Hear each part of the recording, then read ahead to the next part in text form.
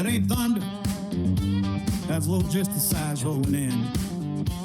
Headlights cut, small town night, dust flies up in the neon light. Hauling miles with a heavy load, pulling up on the gravel road. Steel-toed boots on a wooden stage, a little rust and a rebel rage. From the back roads to the show, when the engine starts, you know.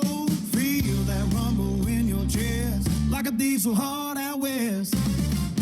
We're Logisticize, going loud and mean. Red dirt rebels on the gasoline dream. Turn it up, let the tailgate drive. We don't slow down, we don't ever stop. From the back road straight to your soul. We came here just to lose control. If you're ready, let me hear you shout. Logisticize is rolling out. Six-string crying, a kick jump pound, booty heel stomping on southern ground. Cold drinks raised till the night's on fire, bringing heat like a flat-out tide. No GPS on a rebel route. We don't ask where we don't have doubt. If there's a stage in a wild crowd, crank it up and we play it loud. Feel that shake in the floor. That's the sound you waited for. When Logisticize rolling loud and mean. Red dirt rebels on the gasoline train. Turn it up, let the tailgate drop. We don't slow down, we don't ever stop. From the back row straight to your soul. We came here just to lose control. If you're ready, let me hear you shout. Logisticize is rolling out.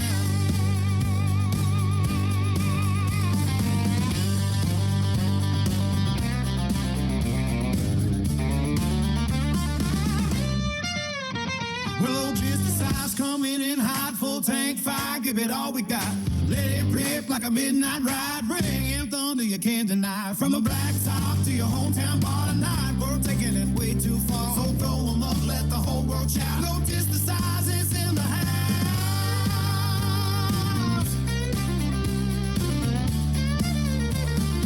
Welcome to Logisticize 104.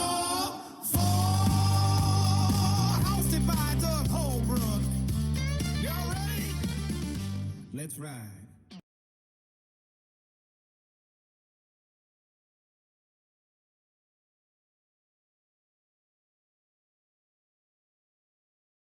All right, everybody. Thanks for joining us again here on the Logisticize 104. Today, we're going to have Brian and we're going to have Ashley here in the studio. First off, I want to tell you guys about April for our CSA scores here real quick. Hopefully, you guys are having a good week out there.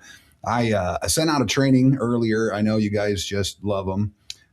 Just try to keep you guys with the information, but you guys pulled off a great April again. Only had one violation. It was for a small mechanical issue. Actually was a twisted up glad hand seal, and it was caused by the overhang of a oversized load on the front of a flatbed. So excellent month again, guys. We cleared 37 points in hours of service. It drops us down to where we're only 10 percentage points away from being out of alert status. 4 hours of service. We should catch that hopefully by the end of June. I tried to look out for the points before we got on here. And it looks like we'll have enough points fall off in June and this month in May. If you guys don't get any more violations, we could potentially be out of all alert statuses by the end of June. Best that we could figure it would be September when we started running the numbers, but you guys have done an amazing job at keeping our inspections clean. Every clean inspection that helps drive that score down faster. So keep it up, guys. I really appreciate all the hard work you're putting in. Take a look at that training for me. There's just a couple stupid questions on there to verify that we did the training. Other than that, is mostly information letting you guys know what the scores are. So last week we had a little bit of trouble with the audio, getting you guys piped in here to ask some questions. So I've got Brian back here in the studio today again. Seemed to go pretty well last week. Had a lot of good feedback on that one. So if you guys have questions for him, go ahead and think about them. And for today, we do have Ashley in here from the shop. We're going to talk a little bit about the scheduling of services, DVIRs, and things like that. So thank you very much, Ashley, for joining us. Hope you're having a good week. Yeah, I'm doing good. Good deal. So, all right, we're going to go ahead and push forward here, guys, real quick, get through this boring stuff for you. So, Ashley, one of the things that we struggle with is we have drop trailers at several locations, and sometimes that gets really difficult to try to line up getting a trailer fixed, trying to get it through the shop for service. I know, Brian, you coordinate moving trailers, trucks, and getting them in here for everything. What's one of the biggest things or frustrations on your end from operations, since you got him in here, of getting things scheduled and getting them in there in a timely manner. That way, we're not holding the guys up, and try and, I guess, explain to them the scheduling process so they understand. Well, I do try to schedule everything in at least a week's, in advance, but we all know that things happen every day. Every day is different. So as long as, there's communication between a dispatch and myself and DVIRs are done, then I can move things around to get trucks or trailers into the shop and get them done in a timely manner. What now, real quick, so everybody knows out there, because everybody's got an odometer on their truck. What is the interval that we use for the services? I know we have A service, B service, C service. Can you try to go down through each of those services and explain what each one is, so the guys know when, hey, they get a call that says you're due for A service, they know what they're coming into? Oh, yeah, of course. An A service on a truck is just changing out the fuel filters and greasing the truck and just checking over anything small with the truck. And that usually takes about an hour and a half to do. Okay. And then a B service, which is an oil change and oil filters. So, and the intervals between the two, depending on if it's van or flatbed. Van trucks, we do 30,000 miles for a fuel filter change, and then an oil change is 60,000. Okay. And then in flatbed, we do 25,000 for an A, and then 50,000 for a B. Now, what's the reason that there's a difference there? That's a good question. I have my ideas. They are running a little over rougher terrain. They're probably working the motors a lot harder, whereas the van freight, typically they're not going off-road to job sites and all that. So I'm just kind of assuming that it's going to last a little bit longer in a van, since they're mostly highway miles. Not that they're just out there on the highway doing nothing, but it doesn't constitute them pulling off-road, running through a nasty job site, and having to work that motor a lot harder. Right. And I want to say, I would say, I don't know 100%, but I would say flatbed might be a little bit heavier too than van. Yeah, that's true, because you're hauling. True. Yep. So, all right. A lot of times on flatbed, you're up to 48,000, where on van, you're maxed out at around 43, 44 in the box. So you're only running, between 76 and 80, but you have all that extra weight that you're pulling. So that can dictate a lot of it as far as your maintenance, just like you alluded to, Doug. So, all right, what's the biggest, when the guys are bringing everything in here? And I guess one of the things I wanted to address today was, there's a lot of things inside of that truck, handles on, latches on things, refrigerator doors won't shut, small items like that don't affect how the truck runs, but it's still something that's an inconvenience or an irritation to the driver. What is your suggestion for them to do to get those little things taken care of? And when is a good time to have those taken care of?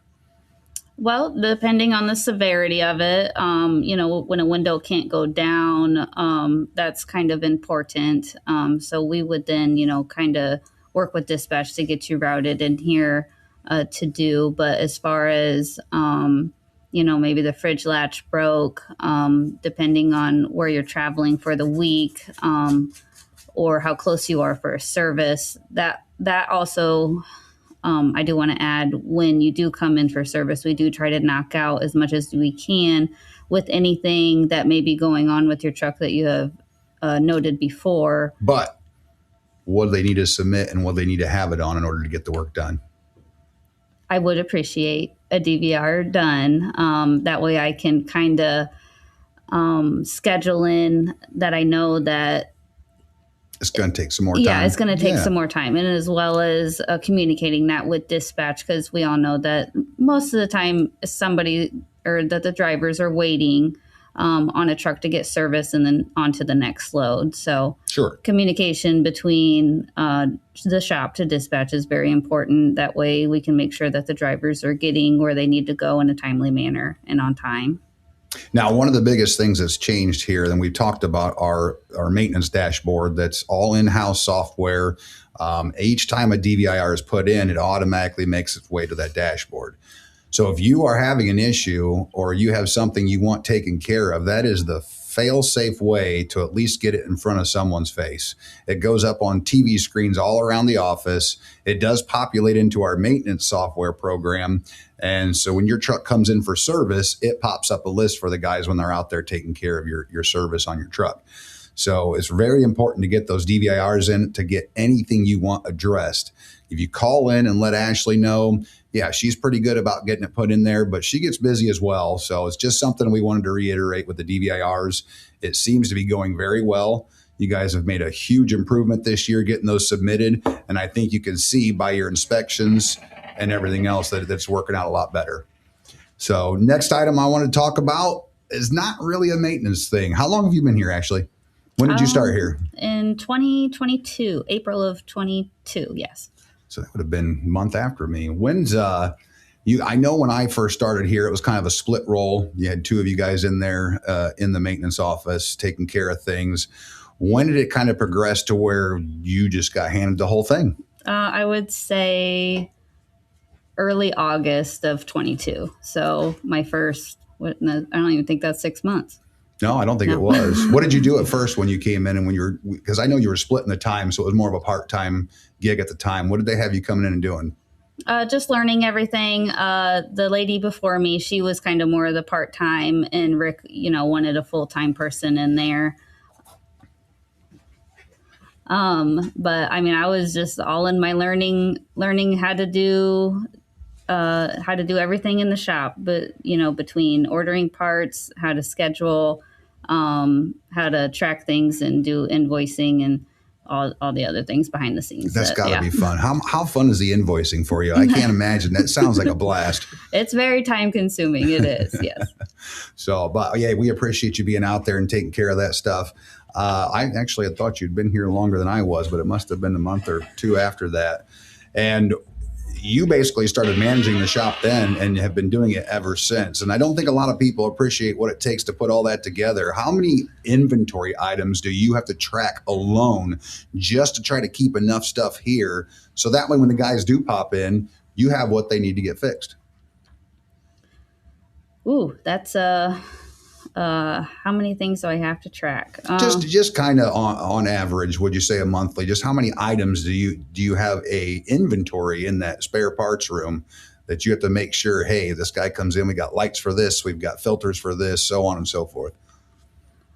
Well, that's going to be, I couldn't even tell you the number between, the different trucks taking different filters and the different lights between the flatbeds and the vans and the drop decks. Probably several hundred. Yes, that definitely several hundred.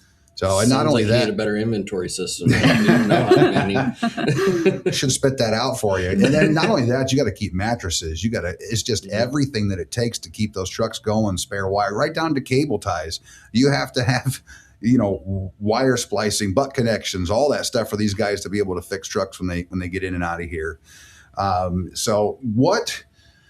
When you're not here managing, maybe almost 300 pieces of equipment between trucks and trailers now, what do you get out there and what do you and your family do for fun? I'm assuming that obviously I know that you have a husband and children, but maybe let the guys know how busy you do stay. I am busy. I am 100% busy. Me and my family, we kind of started a little farm.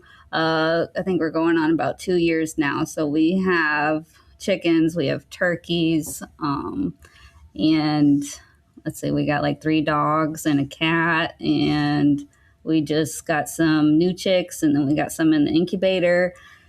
So yeah, chores are mounting. It sounds like yes. They're and that's not even including the little kind of other animals that we have in our house. We have 3 snakes, a gecko, 2 birds, and A partridge in a pear Yeah, tree? yeah.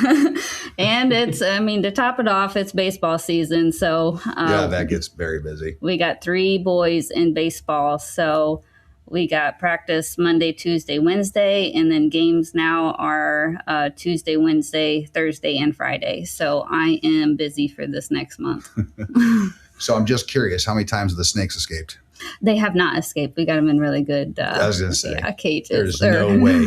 Those are No called way in ropes. hell. The hell No no. ropes. Nope, nope, nope, nope, nope, nope, nope. Well, and like the biggest one, I mean, I don't know its name exactly, but it is a python, and it is supposed to get like 4 to 5 foot long. No. Why don't you just turn spiders loose in the house while you're at it? No, I'm a no on spiders. I compromise with snakes. No on spiders, but you have slithering animals with no arms or legs that will eat you. There's something not right about that at all. Well, eventually you have to build that go buy that great big aquarium so that python can get to about 8 to 10 feet long. And that's when it gets fun. Yeah. Oh, I did forget one other thing. Sorry. That's all right. My husband does have like a 200-gallon fish tank with a million fish in it. So I would hate to have the bill. yeah. That sounds like a big bill. So you're going to spend your summer at ball diamonds and tending to snakes, it sounds like. Yeah. I guess, do you have time to do anything else, really? There can't be much time. Do you guys like to go fishing, camping, anything like that? What do you guys do to just try to relax a little, or is that just not even possible at this point in time? Well, relaxing with 3 kids under 6. No, there's no time for slowing down. My relaxing is, well, it's May, so I'll be definitely starting my garden this year. That's punishment. Then what do you mean? I enjoy it Really? to go out there, and I mean the kids they help, but they don't get in my way. They're out playing and doing whatever they do. So just me looking at plants, watering them, and looking at the sun is quite relaxing to me. That's fair enough. Everybody has their own thing. So when I grew up, my dad was in college and stuff, and when I was young, not a boatload of money at the house, so we had a garden. And when I say garden, I believe it was about 4 acres. So my disdain for gardening came from an early age, because if I wasn't at a ball field, I was on my hands and knees picking weeds out of 5 acres of garden. And so it kind of broke me of wanting to ever have a garden as an adult. Probably more like a 1/4 acre than 4 acres. No, it was pretty big. It was 2 of them. It was one at my grandparents' house down on where the old potato farm was, and the black muck, which grew weeds. Yeah. Holy cow, you couldn't keep up with that thing after 2 days. And then, of course, we had one at our house that we tended to as well. So it was quite a big job, and I did not care for it a whole lot. I'd have rather been out playing baseball in the yard or something. Yeah, gardens are no for me too. So you had a farm too, I believe we spoke about last week. Did you have any similar outside of the snakes? We clearly know that that's not going on. Snakes on my farm got shot. Yeah, there we go. That's what's supposed to be done with snakes. Got shot or a shovel, splitting them in half. No, we had. We had cows, we had pigs, we had ducks, we had chickens. And those things all like to multiply. So you start with 3 ducks, and you end up with 45 until they end up going in the freezer. Now, January. That is the good point about that. That was one of the first. I was probably 10 years old before I slaughtered chickens for the first time. And my grandmother from Hazard County, Kentucky, she had us gather them all up. We went out to the clothesline, and us boys got pecked to death trying to tie them up there. And then she'd slice the heads right off, and we go to town. That's why you use a fishing net to catch them. You grab them by the neck and just use a machete to cut the heads off. Well, she had a machete, but I'm pretty sure it was rusted, and the butter knives in our silverware drawer in our house were sharper than that, because she had a saw for a while. I felt bad for the chickens. Wheel grinder. Yeah. Wheel grinder, sharpen that machete right up. That's what I did. So, all right, guys, I appreciate you, Ashlie, letting us know a little bit about yourself and what you do. How did you, I guess, get pointed towards Logisticize, or how did you end up applying here? Was it just an ad that you seen, or did you know somebody that was already working here? Nope, I didn't know anybody working here. Before I started here, I did work in New Haven at a truck parts place. That's kind of where it started. I was just in the office. I wasn't doing a whole lot I dabbled a little bit in parts, but not a whole lot. So when I come here, I did know a little bit about the trucking and what's needed for them. But it was kind of just I enjoyed it. So when I applied and kind of learned about what was all needed and being so busy, that's what I wanted. I like a job that's fast paced, where I'm busy and not just hanging around. Well, I bet this job didn't let you down. Then, No, did it didn't let me down. One thing definitely, they do get their money's worth out of us, I believe, and it's nice working with a group of people that do have a work ethic, and both of you guys that are in here do bust your asses, and I think you guys do a great job, and thank you very much for handling what you do out there. I know it's not easy. I only have to take care of a few at night that happen on occasion. We had a busy night 2 nights ago, but other than that, because you guys do such an excellent job, we really don't get a whole lot of calls at night for breakdowns anymore. I know it was definitely more frequent when I first started here and I was just taking care of vans, but I believe this month there's probably been 6 calls total, April, that I had 6 calls total. So hats off to you guys out there in the shop. I know Caleb, he's the shop foreman out there, and you guys talk quite a bit, and it truly, you can tell in our safety numbers and just overall with the amount of calls and breakdowns on the road have dropped dramatically here in the last, I would say, 6 months to a year, that steadily going down. So thank you guys very much. We do appreciate it. Oh, you're welcome. Thank you. Guys out there, be thinking of your questions. If you have anything, raise your hands. I'm kind of trying to push this along to where, just a second here. Push this along here, guys, so you guys can get some questions in for Ashlie as well. I want to make sure that we cover what we need from you here when you pull in for a service, how you check in, how you get that taken care of. I know we had some issues last month where guys came in and just kind of dropped the truck out there, came and sat down in the driver's lounge, and nobody knew the truck was here, and you weren't able to start on a service right away. When they do arrive for service, a scheduled service, and they're pulling in and they have a wait until it gets done, how do you want them to check? Do you want them to just come into you? And then once they check in with you, where do they need to go? Right. Yeah, definitely come in and check in with me so I can make room or, see where the techs are on other jobs to move aside to get you in here. And then, of course, we have the driver's lounge that drivers can set in. We just don't necessarily want you all up, behind the techs, talking to them to where they're going to be distracted and not get you done, in a timely manner. I mean, it's fine to communicate with them about maybe some issues that you're having, but not to be, just let them get their work done. Right. Yeah. I mean, they're trying to concentrate, make sure they get stuff on your truck done right.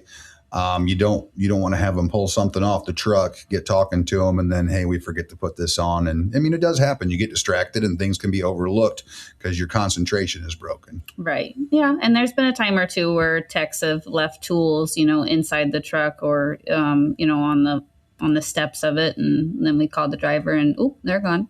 Oh yeah, they're not going to survive very long, probably a mile down the road. Yeah, and those tools are not cheap, as many of you know. No, not at all. Not whatsoever. So moving on with that, guys come in, they check in, drop the truck off, disconnect from the trailer, because obviously they don't need to drag the trailer in here for a service. And I guess that's getting service too. They come in, they check in with you, and then they head to the driver's lounge. You can head in and check in with dispatch, let them know how things are going. How do they get notified when their truck is done? Well, typically either a tech or myself would come find or call the driver to let them know that it's done. Then I also communicate with dispatch or take it off the dashboard that the truck is finished. Okay. So that's, as long as they're in here. But if they decide to take off or anything like that, it'd be good that they communicate that with dispatch. So that way, at least someone knows how to get a hold of them, especially if they're under a load. They're in here in the middle of the week and they need to take off afterwards to be set up to deliver. Now, Brian, how do you handle that over on the van side of letting them know? Is it, they tell you where they're going so that way you can find them? Usually, yes. Ashlie and I communicate very well along with the rest of the team. We use Teams, and usually she lets us know, hey, this unit's done and ready to go. So if the driver's not here waiting, say they run to get something to eat, we know then that they're going to be back in an hour or so, and we can give them a shout, let them know, hey, truck's ready, you can rock and roll out of here. So communication is key with maintenance, and I think that we have a really good system going right now. Ashlie and I have been communicating very well as far as what needs to be done when, who needs to get in. Usually Thursday afternoons or Friday morning, she'll send me an email, let me know which units need to be routed in the next week for maintenance. We have 3 for next week, I believe, that need to get up here. One of those is Mr. Mikey Ackerman. He'll be up here Tuesday. Oh, is he coming back out? He is finally. Good deal. He finally wants to work again. So we're going to get him back to work, getting some miles on that truck for him, get that truck serviced, get him back out on the road. So we usually have a week's notice as to what services are due. And then once we do find out that a driver is having an issue, if a driver calls us, we let the shop know at the same time, and we'll ask them, did you communicate with the shop about this issue? Did you fill out your DVIR? So that we can get that set up.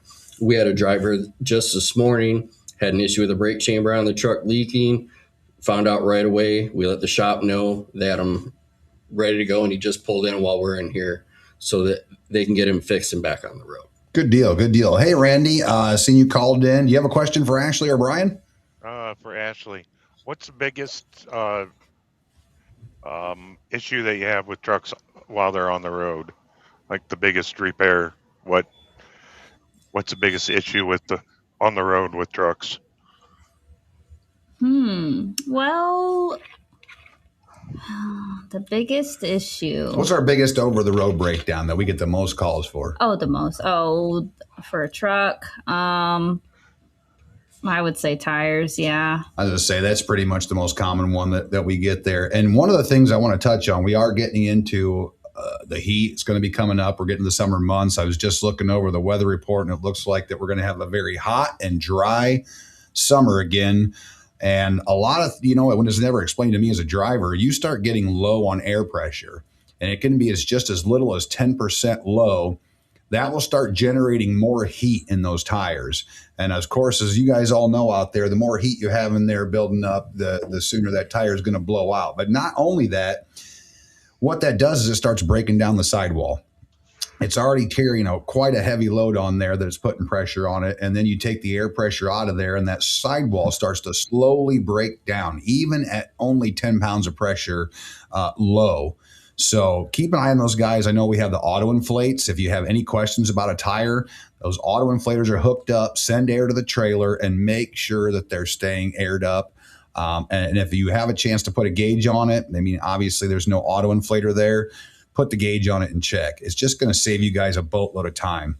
You guys know out there, if you get stuck at the state line of Tennessee and Alabama, forget it. You're sitting there for 3 to 4 hours. There's no trucks around all the way up to, I believe, Pulaski, Tennessee, and down to Madison, Alabama is where we look at, besides one of them national services that take 4 hours anyway.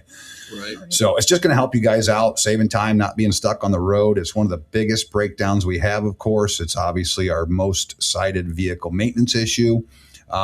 Although you guys have taken care of it this year, watch out for that heat. It's going to start, like I said, start building up that pressure in those tires a little bit heavier, and you're going to have to watch for the blowouts. What else? That's pretty common one, pretty well known that happens quite often. What else do you see out there? You guys seeing a lot of coolant leaks, or anything else that really is having an issue? Well, with us getting into the warmer temperatures, we have had some trucks with not very cold AC, so we're getting into that time frame of getting the trucks in here to check their ACs and add Freon and PAG oil. Wait, so I have a curious question. Do you put dye in the Freon when you check for leaks or anything here? Because we had a situation the other day, and I got a call, and there was this strange green that was all over one of those Kenworths in the back side of the turbo. Did we ever figure out what that was? Caleb definitely said it was a dye. It was? So yeah. Okay, so was that Freon? Not sure. We don't have that, here. So I don't know where he would have gotten that color. Now, have you done any AC work to that unit though? I believe it's 2104. 2003. 2003. Okay.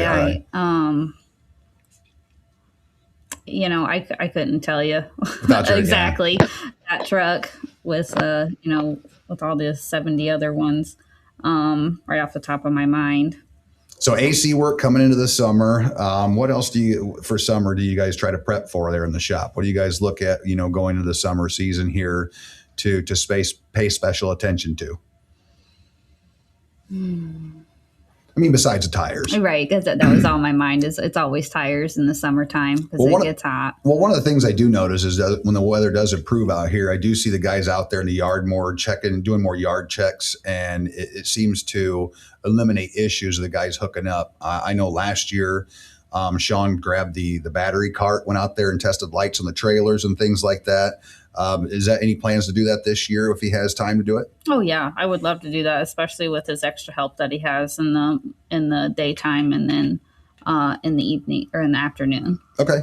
All right. Hey, Randy, any other questions you got out there? Nope. That's all I have right now. So where are you at today, Randy?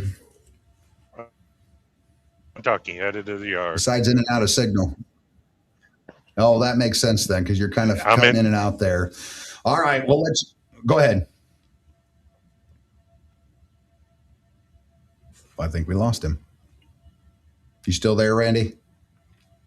All right. We'll get moving on. Anybody that has any, oh, there you are. I hear you now. Yeah, I'm in Kentucky, so my signal keeps coming and going. You're all right. I appreciate you calling in. Have a question for Ashlie. I know we've got over 20 people on here. There's got to be somebody else that has a question for the shop. You guys call in all the time and you ask us questions on why this, why that. There's got to be something you guys have for the shop. Anyway, so Brian, last week we discussed kind of your background and everything, how you got into logistics and how you ended up here at Logisticize. What is your opinion on how important is it for the shop to be able to communicate with you guys in operations, and how imperative is that and key for you just to remain efficient, keep the trucks going down the road, and to be able to fulfill your obligations to customers? It's paramount. Communication in this industry is so important between all the elements: safety, the shop, payroll, and operations, so that we can make sure that all the units are in good working condition and we can keep the drivers rolling. The communication with the shop is oftentimes one of those things that is kind of underlooked, I think. It is very good here where I can just walk out to Ashley's office and we can have a conversation about what's going on with the unit, or trying to schedule somebody in early for a service. We were just having a conversation earlier about service intervals and getting the drivers in before they hit that 60,000 mark or 50,000 mark. So it's more of a preventative instead of a reactive mode. So we had a very good conversation about that, and we're looking forward to trying to implement something like that going forward. So okay, all right. And Ashlie, on the same note right there, what is one of the biggest frustrations for you as far as getting trucks in and out of here with operations? Like I said, since you got him in here, what's one of the worst things that can happen basically on your end that just throws your schedule completely out of whack to where it really starts delaying drivers? Is it just late arrivals or? Yeah, I would say either late arrivals or just no-shows. I get that things happen or deliveries or pickups are delayed, but to try and get them in, how do I want to say that? To try and work on to see what's his next available time to come in, and not let it go out too far. Yeah. So, hey guys, if you guys have a question, hit that call button out there. It's just a little microphone on there to be able to call in. Like to get you in here to discuss anything with the shop. Now's your time. Put it out there earlier today. Had time to think about some questions. If we don't have anything here pretty soon, we'll go ahead and wrap it up. Is there anything that you guys would like to say, Ashlie, on behalf of the shop, the guys out there, that you think is important? Just more on the lines of, is there any, how the trucks arrive, clean, the interiors being clean to make them easy for guys to get into, to do work if they have to work on the fridge or anything like that. What should the drivers, how should they have their trucks prepped basically to come in there to drop off for service so the techs can get everywhere they need to address the concerns? Oh yeah, especially, if the drivers have animals and we need to get in there to work on the fridge or to get in there alone, just to either, take that animal out or that would be the preferred. Yeah. Yeah. We don't need any attacks. I know some animals can be very, very, very protective. So, hey there, Brett, we're going to go ahead and pull you in there and see what you've got for us. Go ahead and click that mic and join us.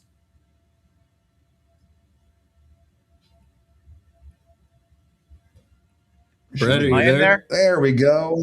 There you go, Brett. Hey. How are we doing? Hey, good. I just wanted to give a shout out. I've never had any problem with maintenance. I call, I get scheduled in for my PMs and stuff, but I just wanted to give a shout out to them, that they do a hell of a good job with my truck. I haven't had any issues at all. There's times I have to work with Ashlie, and Ashlie works with me when we've got an opening to get it in, but it all works out. If I got to wait a day or two, is fine with me. And then we end up getting it in, we get it serviced, and get the job done.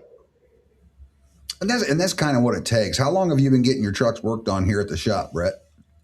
I've always gotten my trucks worked on at the shop. There's only very few times that I end up taking mine to the dealer, and that's something that maybe is above their normal routine of doing stuff or something. For example, I took mine in it's been about a year ago. I took mine in for a valve adjustment and a Jake brake adjustment. Just took it to the dealer, had them do it. That's something sorry, go ahead.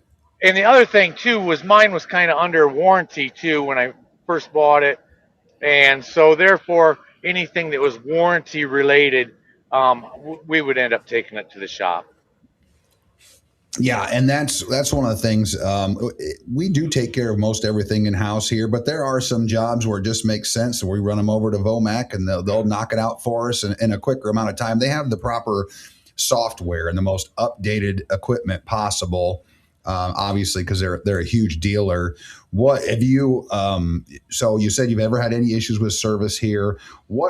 What are some of the things that you notice out there, Brett, that have changed over the last few years, I would guess, on how our maintenance program works here? I would say that the biggest change is scheduling. If you schedule it in, if you call Ashlie and she says, well, we can get it in tomorrow, and she asks what time you're going to be back in town or whatever, and if you tell her at 2 o'clock, she's going to get your truck in at 2 o'clock, and it may be a few minutes here and a few minutes there. If you get back at 2 o'clock, it might not be till 2:15 or 2:30 when she actually gets it in, when the maintenance techs get freed up or whatever. But she gets it in, and she always asks, are you waiting on your truck, or are you coming back tomorrow to pick up your truck? But they always let me know, it's done. And then I don't stick around for it. Sometimes I do, but most of the time I don't even stick around for it. I go home, I'll come back and pick it up. So yeah, it works out pretty good for you living that close, of course. And right. That was the biggest thing. You mentioned that you guys discuss whether or not you're staying. So if you guys are under a load and you know that you're on a time crunch, like Brett just mentioned, communicate. He just said he communicated with Ashlie. She knew the deal, whether he needed the truck or whether he was going home. That's one of the biggest things that we have to work. Well, hey, Brett, I appreciate you calling in. Do you have anything else did you listen last week for Brian? Have any questions for him? Yeah, I did listen last week. I did want to bring up one thing, though, that's not maintenance or Brian related. And sure, that's what we're here for. We had talked about it about 3 weeks ago, was these brokers. I just ran into a situation earlier It was last week, but had a broker, and it was actually Buchanan, in which we do a lot of work with Buchanan. I've had Yep. several brokered loads of them before, but this time Buchanan, I actually had to take a physical selfie of myself. I had to take a picture of my ID and the back of my ID. And then I also had to take a picture of the side of my truck. And I know that it's because of theft, but just a heads up that Buchanan right now, and it's all AI, I'm sure. They was doing a face match and all that happy horse shit. But Yeah. they are really getting strict with these loads. Well, I'll tell you that I booked a load today for a driver for Monday that I had to send in a copy of the driver's CDL, the VIN number of the truck, and everything but their firstborn in order to book the load with them because we hadn't booked a load with them in a while. So this is becoming pretty normal for us to be able to send all these additional requirements. And they're getting their start. I mean, I'm not saying that I don't understand. I understand why, but it really is getting to the point where there's so many people stealing freight and stealing entire trucks and truckloads, and they're getting away with it right now. Just put an article out last week. I believe it was OIDA did in their publication addressing some of the theft concerns with freight out there right now. And Brett, you know this, that gas prices, fuel in general, all fuel is skyrocketing. I think someone sent me, it was Greg out there that runs a dedicated run over by Findlay for us, $6.19 a gallon for diesel, on-road diesel out there. I think that you're going to start to see this a lot, Brett, especially since every truck runs off diesel. People are starting to have to dip way into their pockets, and it's not as profitable as it was even a month ago, and people are struggling. And I think some people are resorting to measures that aren't necessarily legal to keep their family and things going. Well, you're also going to run into, with fuel costs the way they are, you're going to start running into theft of fuel, drivers selling fuel, all that sort of stuff. So, you know, we not really... not our drivers are selling fuel, just in general I'm out there. saying in general. Yes, Nobody's accusing anybody from Logisticize of doing that. I've seen it previously at other companies where drivers were caught selling fuel because of the discounts that they got, things like that. Let's keep it on the up and up, guys. Yeah, well, I mean, on that note, we have systems too here. So that relay system, as Brett knows, is you have to be right there with it. And now, in the wake of these fuel prices, they offered an option to where the relay app knows how much fuel is in your truck. Right. So they can see the percentage through Samsara, and it's only going to allow you to pump in so many gallons. Now, that's not us saying that you guys would steal fuel, but if you happen to hang up the pump and it isn't completely clear, the next, and this has already happened, the next guy comes in and pulls that pump and he's like, oh, and he just starts dumping into his truck, and then we got to pay the bill. Nothing we can do about it. Caleb just said that it was $6.90 a gallon in Terre Haute. Angola's at $6.55. Wow, so it's really climbing up there. Go ahead, Brett. You're getting ready to say something. Hey, something with this fuel price. Is there any way that we can get that relay jacked up to where, because it's costing guys more than $800 because there's an $800 limit on relay, is there any way that we can get that jacked up for these drivers so that way they can get full when they're on the road? Well, the switch was supposed to be flipped, I was told, to where it recognized your gallons and it would allow you basically to put in enough gallons to fill up. I'll check on that for you, Brett. We had just discussed that a few weeks ago, and we did know that was going to be a problem. So that's something I can definitely bring up when we have our meeting and get that addressed. I appreciate you bringing that up because I was not aware that didn't push through. Yeah, I was just talking to a guy today, and he went to fuel up and he exceeded the 800, and he said that it kicked off. So now with that though, I mean, to be fair, and you know this, that's $800 a day.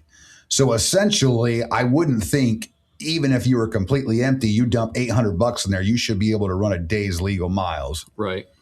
Well, yeah, you can run a day's legal miles, but if you're in, or if you're headed to Wisconsin, especially northern Wisconsin or whatever, where you cannot get fuel because Yeah, there's nothing up there. there's Yep. nothing up there, and you want a full load before you go up there. You're not going to get a full load if they shut you off at $800.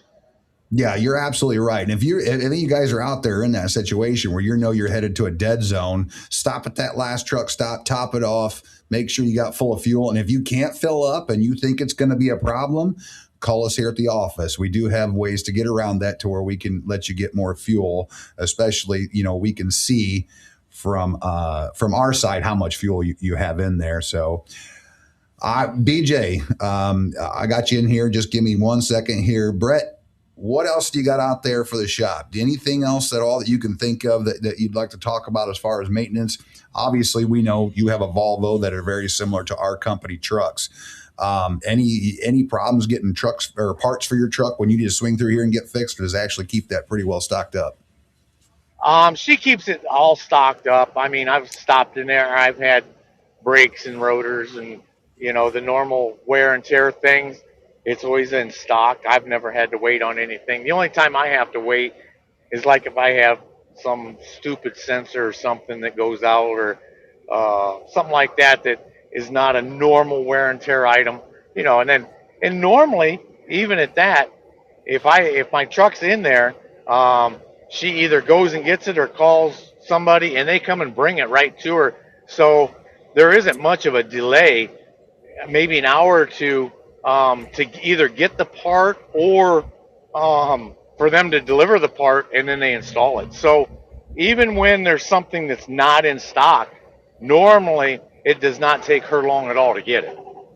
And that's where I was trying to get to. We have a good network of suppliers with our parts and stuff. Ashlie, who do you use the most out there? I know I see Vomac trucks and Napa out here. Is that kind of most of your stuff is right here local that you can use through Napa, and that's how you get it so fast? And evidently Vomac's pretty responsive when you need parts. Oh yeah. Vomac's really responsive to us. Vomac is definitely one of my high priority dealers, and then my next option is Stikeman, which is a little bit closer than Vomac there in New Haven.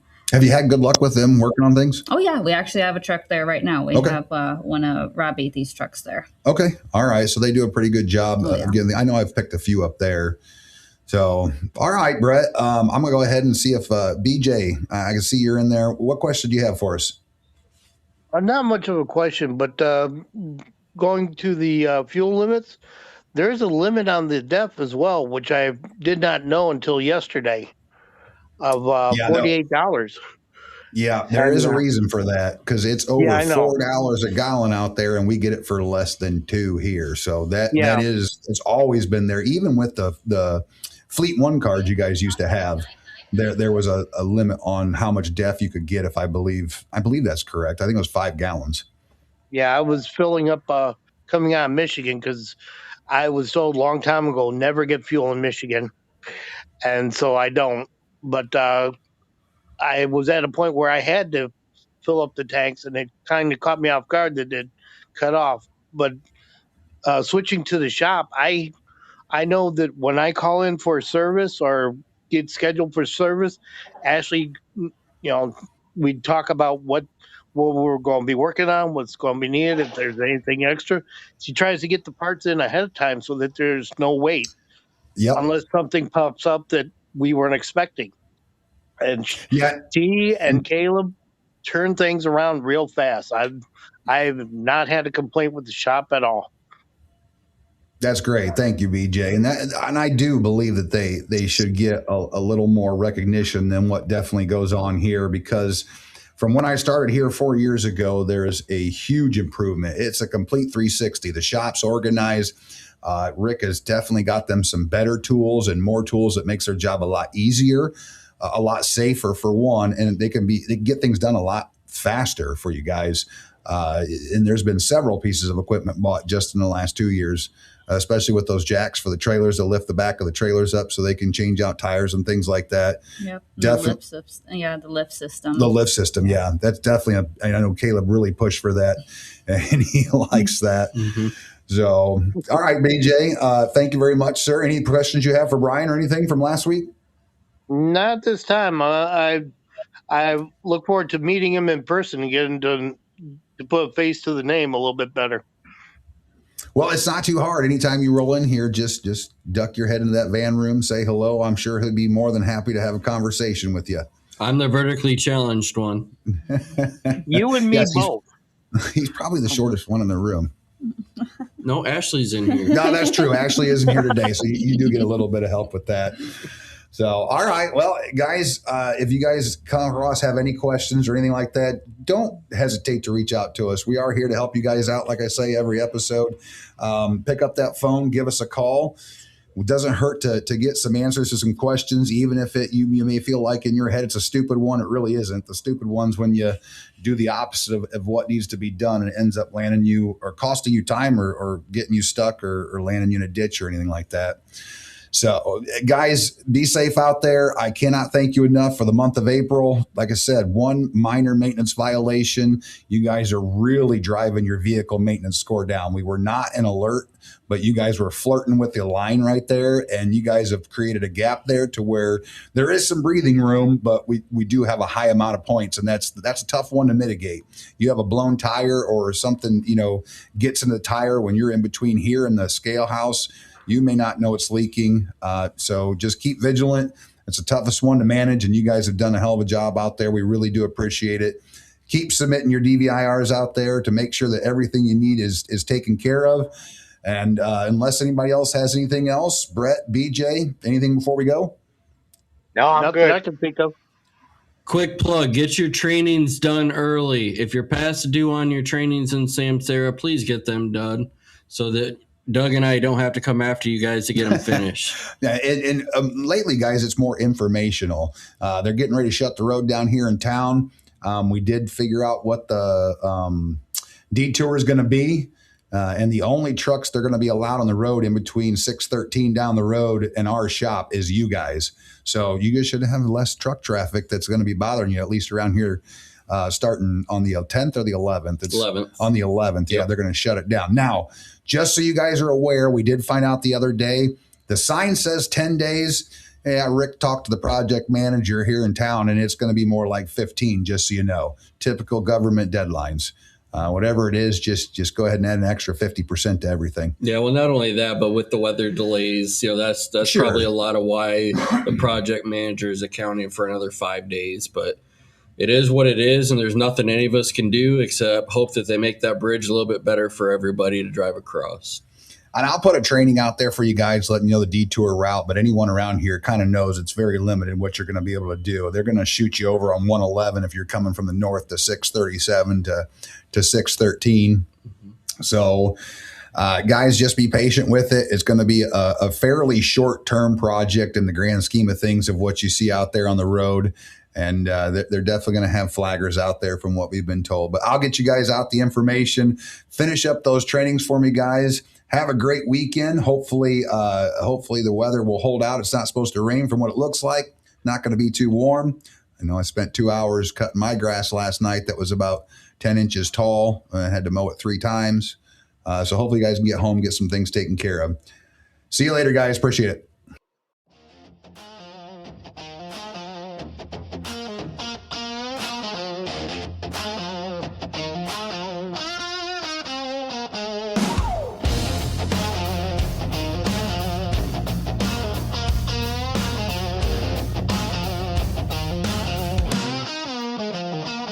Down at the new Millennium Gates, where the heavy iron waits, the dawn breaks cold against the diesel grates.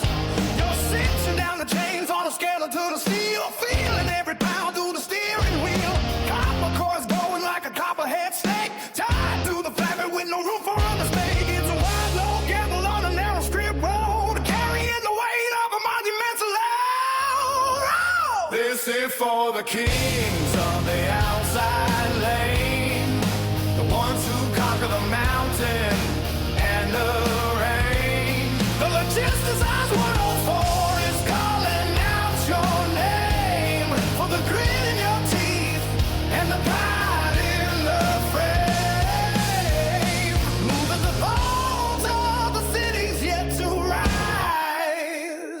with the highway burning in your steady eye.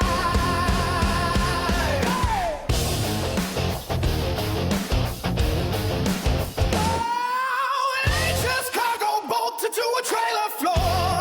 Oh, it's a pulse of the country knocking in at the door. Oh, they see an oversized sign and they pull to the side, but they don't know the mastery deep in the ride. From the trucks to the corner to the long haul climb, you're punching the clock against the hammer of time. The asphalt's a teacher and the lessons are hard, measuring the inches in a gravel strewn yard. You navigate the turns where the weak carts fail, leaving a silver streak on a lonesome trail. New millenniums pass with their hands on the gear, filtering the static till the mission is clear. No room for the timid when the tonnage gets high, just the roar of the engine under a wide open sky. This is for the kings of the outside.